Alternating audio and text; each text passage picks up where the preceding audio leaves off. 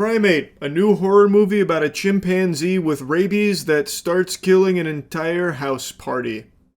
Is it good? I mean, kinda, I suppose. I saw that this film debuted with overwhelming enthusiasm and like really high scores, so I thought for a moment that the trailers were deceiving and this wasn't like a really simple movie. It's not just, a slasher film where the bad guy is a chimpanzee. There must be like a lot of depth or something, like a very complex onion to peel apart. After seeing it, I could tell you it is a slasher with the chimpanzee taking pleasure in just killing people having a house party. I'm a little surprised at how high the reviews are. I think maybe people just appreciate the unapologetic nature of just how simple a movie this is. Anyway though, this film is every horror cliche you could possibly find in a slasher put into here, but with a new Fortnite skin on it.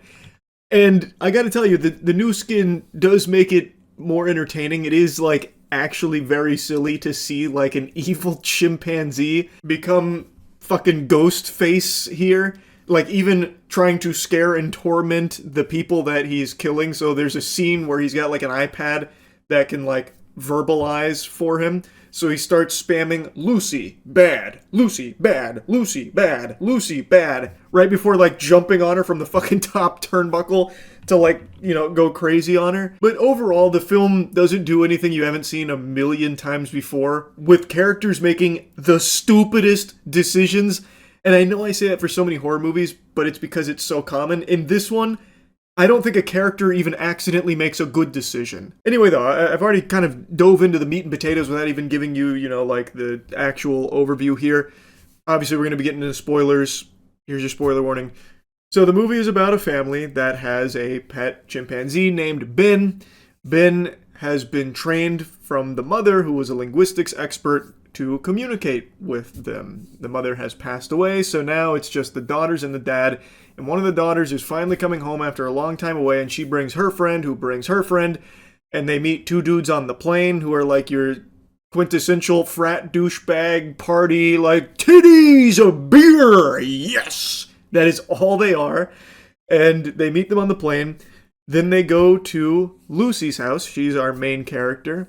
And Lucy's father is about to go away because it's an important deal that he's got to do. So even though his daughter's finally home, he can't really stay and celebrate. So it's Lucy, her sister, and Lucy's friends. And they have a house party because Papa's not there anymore. So they said, it's time for beer and weed. So they have a house party because the house is all to themselves. We meet Ben, who unfortunately got in a little bit of a tussle with a mongoose. And the mongoose had rabies. Then Ben escapes from his enclosure after murdering one of the doctors that was coming to check on him. He rips his face off. The gore in this movie is pretty impressive. Like, I know it's a lower budget film, but it actually looked pretty solid. It's not just some like super lazy low budget CGI that you'd find on a CW show or anything. I looked it up. It's practical. It's an actor in a suit with an animatronic face for the chimpanzee. So it looks good. And it's not like, very cheap suit or anything. Don't be picturing that scene from SpongeBob where he gets him in the sack and starts beating the devil out of him. Like, it is a decent looking film. And the kills are pretty brutal. Like, Ben rips someone's jaw off, like, straight off their face. Like, and it doesn't look like, dog shit PS2 graphics or anything. And that's pretty much the whole movie. I basically described the entire story. It is, they were throwing a party because Dad was out of town, Ben's got rabies, and now he just wants to kill everybody.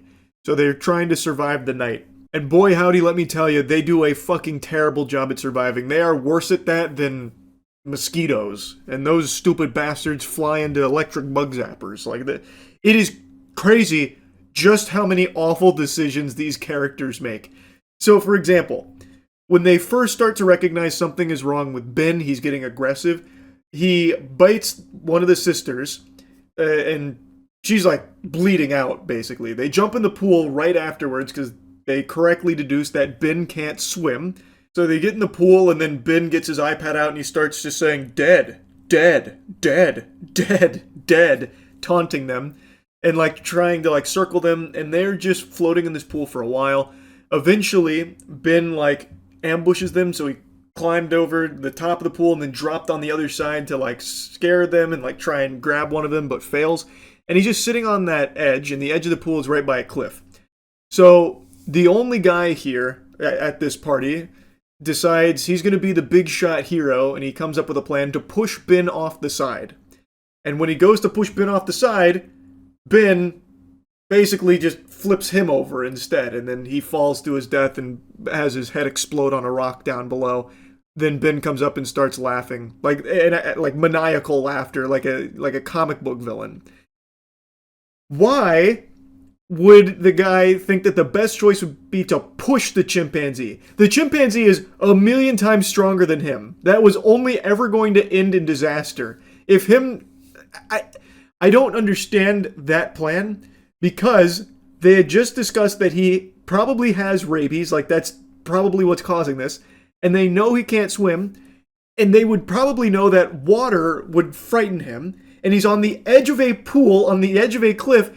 If he had instead just started splashing water at him, Ben probably would have freaked out and fallen off the cliff. But instead he decides to go for like a Goldberg spear on him, which ends with him dying. I don't know why he wouldn't just splash him with water first. But anyway, I don't need to get hung up on just how terrible the decisions were from the crew here on trying to survive. Like, every decision they made was counterintuitive to surviving. Like, if their goal was to be alive, they did everything in their power to ensure that couldn't happen. But I have to call out one inexplicable scene. So those two dudes on the plane that I briefly mentioned, the reason I mentioned them is because they did play an important role. While they were partying, one of the girls decides to give them a call saying, "Come fuck our brains out," like teasing them, and then leaves a message with her address. And we don't hear from them again, and then of course Ben breaks out and all hell breaks loose. And then randomly, after, there's been some death around the area from Ben killing them, not just the one guy, but also one of the other girls got pummeled to death. Well, then those two dudes show up. They're already like plastered, but they like break into the house. They open the door and they're like, "Whoa, it's time to party. Who's looking for penis delivery?" And they're just walking around this house that no one is there. There's shit thrown all over the place, and they're just like joking around like, "Yeah, dude, they're probably upstairs waiting for us to come bone them. I'm gonna check upstairs, but you check downstairs just in case. We're gonna get super laid tonight." And they're just walking around this house like drinking their beer. These are strangers, by the way. They'd never met apart from like the 3 minutes they spent hanging out on the plane. And they break into this house with all the lights off. It looks like there's no signs of life, but it looks like there was some kind of struggle. And they're just wandering around aimlessly. One of the dudes goes into the girl's room. Well, multiple rooms, actually. And then he's like just hanging out on her bed. Still, he has seen no signs of life in this house. They are actually just burglarizing this place. And he's just hanging out there, and then he looks at a picture that's on the nightstand. He's like, "Oh, it's a pet chimp. Weird." Puts it aside, and then, of course, Ben is there. And that's when he rips the dude's jaw out. And then he also kills the other guy who was still wandering around the house. And then he eventually saw all of the girls in the pool, like, passed out on a flotation device because they had been, floating there for so long they got exhausted and fell asleep there. And he's like, "Dude, I found the chicks." Mind you, in order to even get to that area to see the girls in the pool, he had to walk through a minefield of broken glass because Ben had busted through a glass door. Meaning, he walked through the broken glass, thought nothing of it, then saw them unconscious in the pool and was like, "Yeah, they're here, the girls." And then he gets killed by Ben. It's just so weird because, like, no matter how dumb, like, no matter how lobotomized or drunk you are, I don't think that would ever actually happen, which is why in this kind of movie, you have to suspend disbelief so hard. And I guess that maybe is, like, the big appeal, because it's very unapologetic with how stupid these characters are, and even the concept itself is so outrageously, like, over the top, like just a killer chimpanzee that just wants to kill for fun after contracting rabies. Like, it is wacky and over the top, but I had to mention that, because I was sitting there stunned, like, no way. No way we're watching this right now. And it's also really inconsistent with how strong Ben is. Like, I'm sure many of you have heard the stories of, like, chimpanzee attacks and how brutal it is and how strong they are. Like, the one chimpanzee that ripped the lady's face off and, got shot 6 times and still didn't even go down. Like, it is incredible how strong these animals are. In this movie, they showcase that a little bit with Ben, sometimes, but then other times, like on Lucy, there's like 4 scenes of him just like beating Lucy to death, and she's totally fine. There's a scene where he breaks her wrist, like breaks her whole hand and wrist, and then in the next scene, it's fully healed for Lucy. She even picks up a shovel and hits him with it with no issue at all. So like sometimes he's extremely strong, and then other times he's really weak. And there's like a scene where they like close a door in Ben's face, and Ben is like trying to open the door, but one of the girls is able to like hold the door closed on him somehow. Like somehow she was able to overpower Ben. Like it's just sometimes they just nerfed him. Like he was really weak for some reason. Well, not for some reason, obviously to fit what the plot needed in that moment, but it was just very inconsistent there, which again, you're probably not even going to be thinking or caring about because this movie is just like so silly, and I feel like it has to be self-aware. I couldn't get like a full gauge on if this movie was self-aware or not, but I have to imagine that it is. Anyways, though, there's no need to yap about it further. I don't think the movie's like good or great or anything like that, but it is entertaining. Like it is silly, it like unapologetically silly